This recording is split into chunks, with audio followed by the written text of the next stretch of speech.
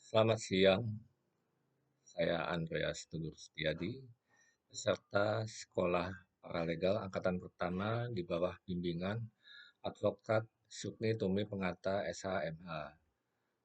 Hari ini saya hendak menyampaikan tugas pertemuan ke-6 sesi pertama tentang paralegal yang bertemakan tentang pidana narkotika serta dasar-dasar hukum banding di pengadilan tinggi. Sebagai pendahuluannya, saya sampaikan bahwa penyalahgunaan narkotika adalah merupakan suatu tindak kejahatan dan pelanggaran yang mengancam keselamatan baik fisik maupun jiwa si pemakai dan juga terhadap masyarakat di sekitar secara sosial.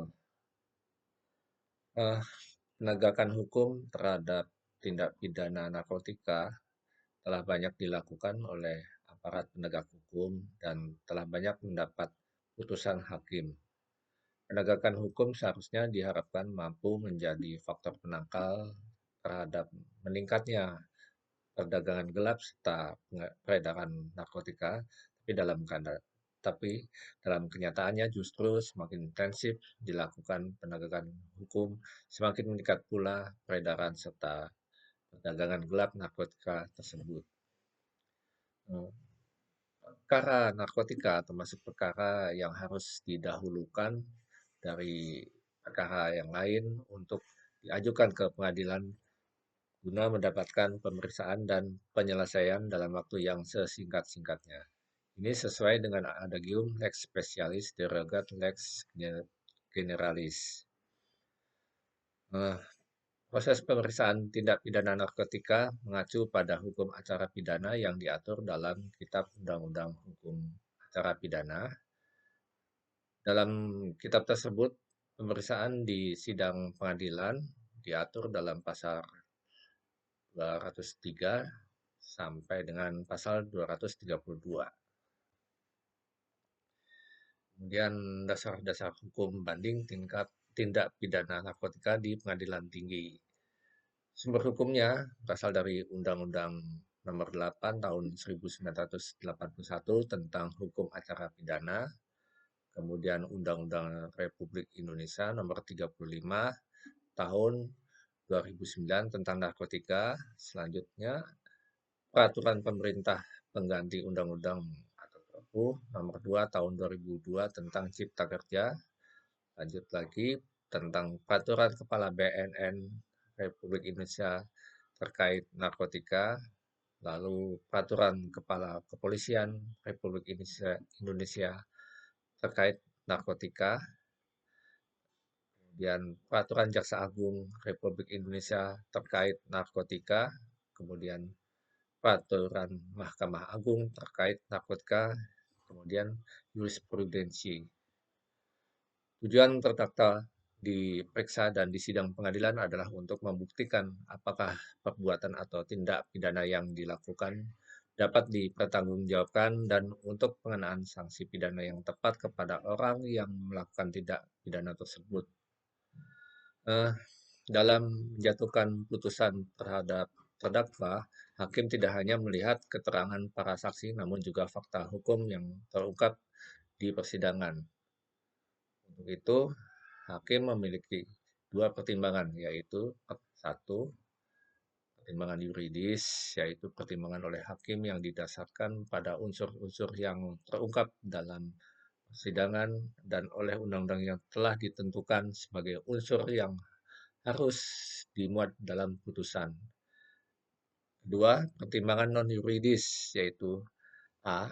Akibat dari perbuatan terdakwa dalam hal penyalahgunaan narkotika akan berdampak kepada diri sendiri maupun kepada orang lain. B. Keadaan fisik dan psikis terdakwa sebelum melakukan kejahatan, termasuk bagaimana status sosial yang melekat pada dirinya. C. Hal-hal yang memberatkan dan meringankan pidana bila dipertahankan setiap putusan hakim senantiasa memuat hal-hal yang memberatkan dan meringankan pidana. Hal ini memang sudah ditemukan dalam pasal 197 ayat 1 KUHP yang menyebutkan bahwa putusan pemidanaan memuat keadaan yang memberatkan dan meringankan terdakwa bahwa A. Hal-hal yang memberatkan pidana adalah satu, meresahkan masyarakat; kedua, bertentangan dengan keinginan pemerintah dalam memberantas narkotika; tiga, perbuatan terdakwa merusak generasi penerus; empat, terdakwa sudah pernah dihukum. Kemudian yang B-nya adalah hal-hal yang meringankan pidana, yaitu satu, belum pernah dihukum; kedua, menyesali perbuatannya. Mengenai upaya hukum. Upaya hukum adalah hak terdakwa atau penuntut umum untuk tidak menerima putusan pengadilan yang berupa perlawanan atau banding atau kasasi, atau hak terpidana untuk mengajukan permohonan peninjauan kembali atau PK. Mengenai surat perintah penahanan, bahwa hakim pengadilan tinggi yang mengadili perkara banding kepentingan pemeriksaan banding berwenang mengeluarkan surat perintah penahanan untuk paling lambat sebanyak 30 hari. Kemudian dalam jangka waktu 30 hari, bila diperlukan untuk kepentingan pemeriksaan yang belum selesai, maka dapat diperpanjang oleh Ketua Pengadilan Tinggi yang bersangkutan untuk jangka waktu selama 60 hari. Kemudian tidak menutup kemungkinan dikeluarkannya terdakwa dari tahanan sebelum berakhir waktu penahanan tersebut jika kepentingan pemeriksaan sudah terpenuhi. Setelah waktu 90 hari, walaupun perkara tersebut belum putus, terdakwa maka harus sudah dikeluarkan dari tahanan demi hukum. Mengenai jangka waktu banding, yaitu permintaan banding diajukan selambat-lambatnya dalam waktu seminggu atau 7 hari sesudah putusan dijatuhkan, atau seminggu atau 7 hari setelah putusan diberitahukan kepada terdakwa yang tidak hadir dalam pengucapan putusan. Kemudian ada permintaan banding yang diajukan melampaui tenggat waktu tersebut, yang di atas tetap dapat diterima dan dicatat dengan membuat surat keterangan panitera dengan keterangan bahwa permintaan banding setelah lewat tanggal waktu dan harus dilampirkan dalam berkas perkara. Mengenai hal pemohon tidak hadir menghadap, maka hal ini harus dicatat oleh panitera dengan disertai tentang alasannya, dan catatan tersebut harus dilampirkan dalam berkas perkara. Kemudian panitera wajib untuk memberitahukan permintaan banding dari pihak yang ke-1 kepada pihak yang lain. Lalu ada tanggal penerimaan memori dan kontra memori banding yang dicatat dalam register, dan salinan memori serta kontra memori disampaikan kepada pihak yang lain dengan kelas pemberitahuan. Mengenai memori banding, maka dalam hal pemohon yang belum mengajukan memori banding sedangkan berkas perkara telah dikirimkan ke pengadilan tinggi, pemohon dapat mengajukannya langsung ke pengadilan tinggi, sedangkan salinannya itu dapat disampaikan ke pengadilan negeri untuk disampaikan kepada pihak lain. Selama seminggu atau 7 hari sebelum pengiriman berkas perkara kepada pengadilan tinggi, maka pemohon diwajibkan untuk diberikan kesempatan untuk mempelajari berkas perkara tersebut di pengadilan negeri. Bila kesempatan untuk mempelajari berkas yang diminta oleh pemohon dilakukan di pengadilan tinggi, maka pemohon harus mengajukan secara tegas dan tertulis kepada Ketua Pengadilan Negeri, dan berkas perkara banding dalam waktu selambat-lambatnya 2 minggu sejak permintaan banding diajukan, maka harus sudah dikirim ke pengadilan tinggi. Selama perkara banding belum diputus oleh pengadilan tinggi, maka permohonan banding dapat dicabut sewaktu-waktu. Untuk itu, panitera membuatkan akta pencabutan banding yang ditandatangani oleh panitera pihak yang mencabut dan diketahui oleh Ketua Pengadilan Negeri. Akta tersebut dikirimkan ke pengadilan tinggi.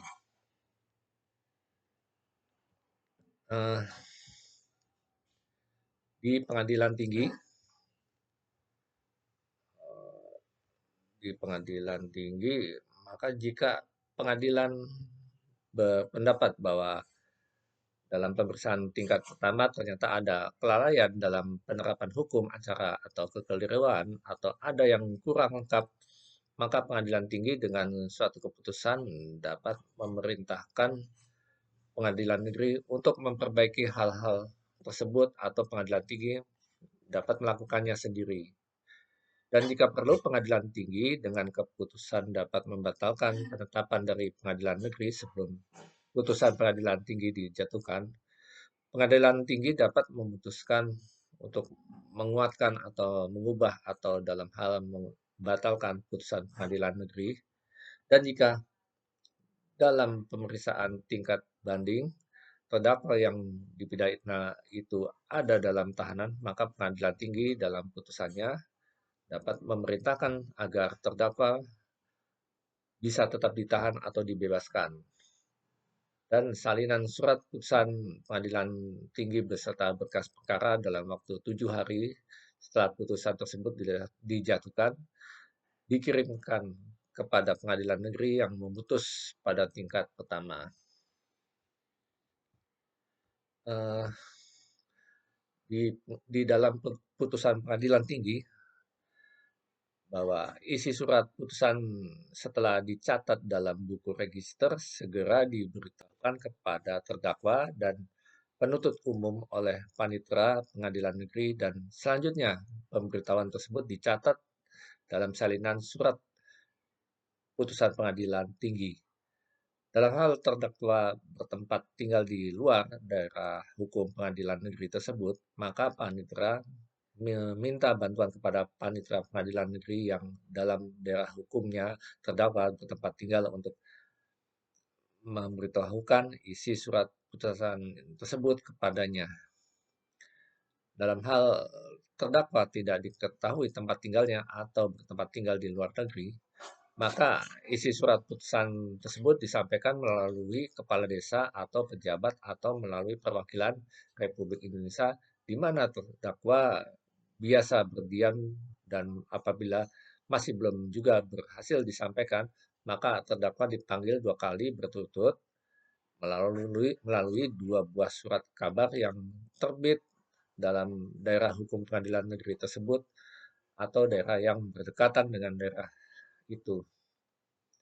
Di sini peran paralegal dalam pengadilan dalam pemeriksaan banding tindak pidana narkotika di pengadilan tinggi yaitu pertama, dalam hal penyiapan dokumen berupa membantu dalam penyiapan dokumen-dokumen yang diperlukan untuk proses banding, termasuk pengumpulan dan penyusunan bukti serta pernyataan saksi, kemudian menyusun memori banding yang berisi alasan-alasan mengapa putusan di pengadilan tingkat pertama perlu ditinjau ulang, kemudian melakukan riset hukum berupa melakukan riset hukum terkait kasus narkotika dan mencari preseden yang relevan yang dapat mendukung argumen dalam banding, kemudian mencari dan menyusun informasi mengenai undang-undang dan peraturan yang berlaku serta jurisprudensi yang mendukung posisi hukum klien.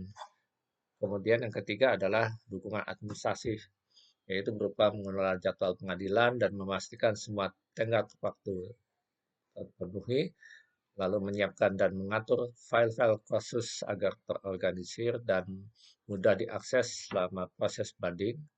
Kemudian yang keempat adalah berkoordinasi dengan klien dan saksi, antara lain yaitu menghubungi dan berkomunikasi dengan klien untuk memastikan mereka memahami proses banding dan status kasus mereka. Kemudian mengatur dan mempersiapkan saksi yang akan memberikan kesaksian di pengadilan banding jika ada mengajukan saksi untuk tingkat banding.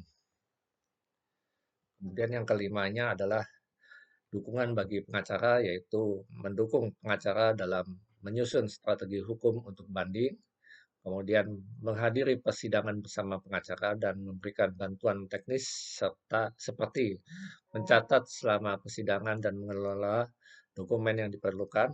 Kemudian yang keenamnya adalah pengelolaan bukti berupa mengelola bukti fisik dan dokumentasi lainnya yang akan diajukan dalam persidangan banding, kemudian memastikan bahwa semua bukti telah diverifikasi dan disusun dengan baik untuk mendukung argumen dalam banding. Yang ketujuh adalah penyusunan argumentasi hukum berupa membantu pengacara dalam menyusun argumentasi hukum yang kuat berdasarkan fakta dan bukti yang ada, kemudian menyusun ringkasan dan analisis hukum yang akan digunakan dalam memori banding dan selama persidangan. Eh,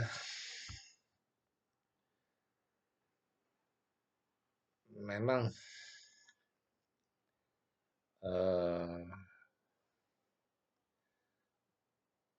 dalam proses penegakan hukum terhadap tindak pidana narkotika, baik dalam proses penyelidikan, eh, penuntutan, pemisahan di depan sidang pengadilan dan proses eksekusi memang harus mengacu pada kitab Undang-Undang Hukum Acara Pidana KUHP, dan sedangkan dalam pengenaan sanksinya diatur dalam Undang-Undang Nomor 35 Tahun 2009 tentang narkotika. Mungkin itu aja, demikian saya sampaikan. Terima kasih.